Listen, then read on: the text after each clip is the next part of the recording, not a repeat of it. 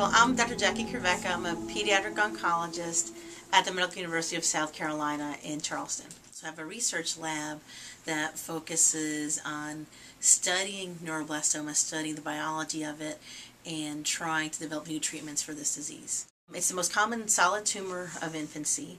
Most kids are diagnosed under 5 years of age. For close to half of the kids, the disease has spread to many parts, and it's very, very difficult to treat, and survival is less than 40%.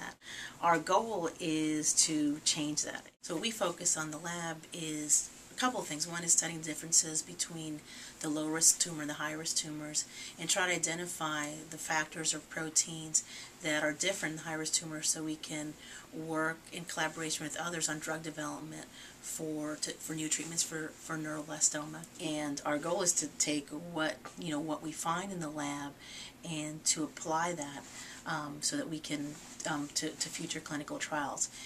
I have a lab manager, lab technician, and also have a postdoctoral fellow.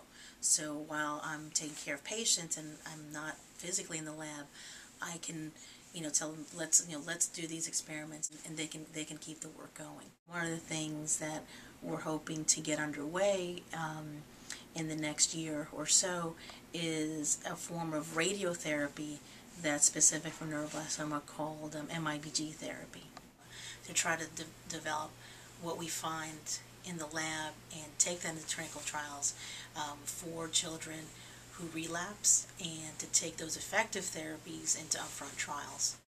We hope that the treatments that we can find together offer cure for and hope for kids who don't have any hope. It's a tumor that's comes from we call it young nerve tissue. It's a rare cancer, but it is a common cancer in pediatrics, since it's really overall the third most common cancer under 5 years of age.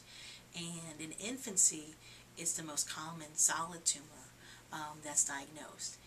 Neuroblastoma is not associated with any environmental factors, any factors prenatally. Well, maybe you have this potential, you're maybe born with this potential, this group of cells that has the potential to grow, but what triggers it all of a sudden to take off? We don't know.